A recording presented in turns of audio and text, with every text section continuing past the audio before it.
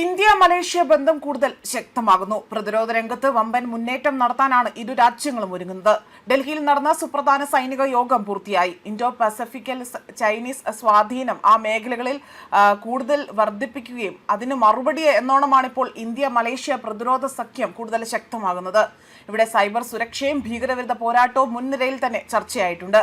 Indo Pacific മേഖലയിലെ സുരക്ഷാ വെല്ലുവിളികൾ വർദ്ധിക്കുന്ന സാഹചര്യത്തിൽ ഇന്ത്യയും മലേഷ്യയും പ്രതിരോധ സൈനിക സഹകരണം കൂടുതൽ ശക്തമാക്കാൻ നിർണായക തീരുമാനങ്ങളിലേക്കാണ് ഇപ്പോൾ അവിടെ കൈക്കൊണ്ടിരിക്കുന്നത്.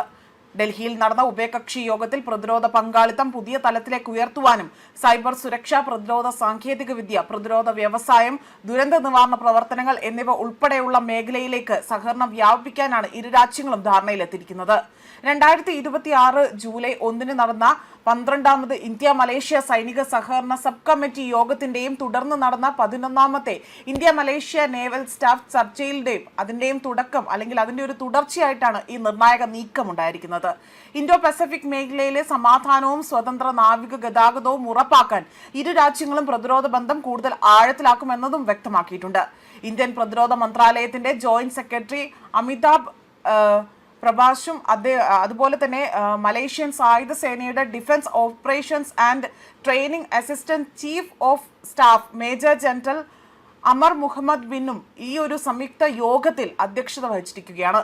അതേപോലെ തന്നെ സൈനിക പരിശീലനവും പരസ്പര സന്ദർശനവും മാത്രമായിരിക്കില്ല, പ്രതിരോധ വ്യവസായ വികസനം, സാങ്കേതിക വിദ്യ കൈമാറ്റം, സൈബർ സുരക്ഷ, ദുരന്ത നിവാരണ പ്രവർത്തനങ്ങൾ എന്നിവയിലും കൂടുതൽ സഹകരണം ശക്തമാക്കാനാണ് ഇവിടെ ധാരണയായിരിക്കുന്നത്.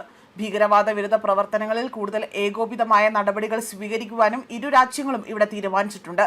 തുടർന്ന് നടന്ന ഈ ഒരു നേവൽ സ്റ്റാഫ് ചർച്ചയിലാകട്ടെ ഇന്ത്യൻ സമുദ്ര മേഖലയിലെ സുരക്ഷ, സമുദ്ര നിരീക്ഷണം, ശാസ്ത്രീയ വിജ്ഞാപനം കൈമാറ്റം, സമുദ്ര സഹകരണം എന്നിവയ്ക്ക് പ്രത്യേക മുൻഗണന നൽകിയതായും വ്യക്തമാക്കുന്നുണ്ട്. അതോടൊപ്പം തന്നെ ഇൻഡോ പസഫിക്കൽ സുരക്ഷാ കൂട്ടുകെട്ടുകൾ പുനർക്രമീകരിക്കുന്ന സാഹചര്യത്തിൽ ഇന്ത്യ മലേഷ്യ പ്രതിരോധ ബന്ധത്തിൽ ഈ ഒരു പുതിയ അധ്യായം മേഖലയെ കൂടുതൽ തന്ത്രപ്രധാനമായ നീക്കത്തിനായി തന്നെ അവിടേക്ക് കടക്കുമെന്നതാണ് വിലയിരുത്തപ്പെടുന്നത്. അതോടൊപ്പം തന്നെ ഈ ഒരു ചടങ്ങിൽ ഈ രണ്ട് നേതാക്കൾ പങ്കെടുക്കുകയും മാത്രമല്ല യോഗം വളരെയധികം വിജയകരമായി തന്നെ മുന്നോട്ട് പോയതായിട്ടാണ് ഇപ്പോൾ ചില റിപ്പോർട്ടുകൾ പുറത്തു വന്നിരിക്കുന്നത്. അതോടൊപ്പം തന്നെ സൈനിക പരിശീലനങ്ങൾക്കും പരസ്പര സന്ദർശനങ്ങൾക്കും അപ്പുറം തന്നെ പ്രതിരോധ വ്യവസായത്തിനാണ് ഇവിടെ കൂടുതൽ ഊന്നൽ നൽകിയിരിക്കുന്നത്. ഒപ്പം തന്നെ പ്രതിരോധ സാങ്കേതിക വിദ്യ, സൈബർ സുരക്ഷ, ദുരന്ത നിവാരണ പ്രവർത്തനങ്ങൾ എന്നീ അത്യാധുനിക മേഖലകളിലേക്ക് സഹകരണം വ്യാപിപ്പിക്കാനാണ് ഇരു രാജ്യങ്ങളും ഇപ്പോൾ കൈകോർക്കുന്നത്. ഭീകരവാദ വിരുദ്ധ പ്രവർത്തനങ്ങളിൽ കൂടുതൽ പ്രായോഗികമായ സഹകരണത്തിനും ഈ യോഗത്തിൽ കൂടുതൽ ധാരണയായിരിക്കുകയാണ്. മാത്രമല്ല ഈ യോഗത്തിന് തൊട്ടു പിന്നാലെയായിരുന്നു ഇന്ത്യയും മലേഷ്യയും തമ്മിലുള്ള 11ാമത് നേവൽ സ്റ്റാഫ് ചർച്ചകളും. അത് വിജയകരമായി തന്നെയാണ് ഇപ്പോൾ ഇവിടെ സമാപനം കുറിച്ചിരിക്കുന്നത് എന്നതാണ് വ്യക്തമാക്കിയിരിക്കുന്നത്. ഇന്ത്യൻ സമുദ്ര മേഖലയിലെ സുരക്ഷ ശക്തമാക്കുന്നതിനും ശാസ്ത്രീയ വിജ്ഞാപന കൈമാറ്റത്തിനുമാണ് ഈ ചർച്ചയിൽ കൂടുതൽ മുൻഗണന നൽകിയിരിക്കുന്നത് എന്നതും ഇവിടെ എടുത്ത് സൂചിപ്പിക്കുകയും ചെയ്യുന്നുണ്ട്. ന്യൂസ് ഡെസ്ക് കർമ്മ ന്യൂസ്.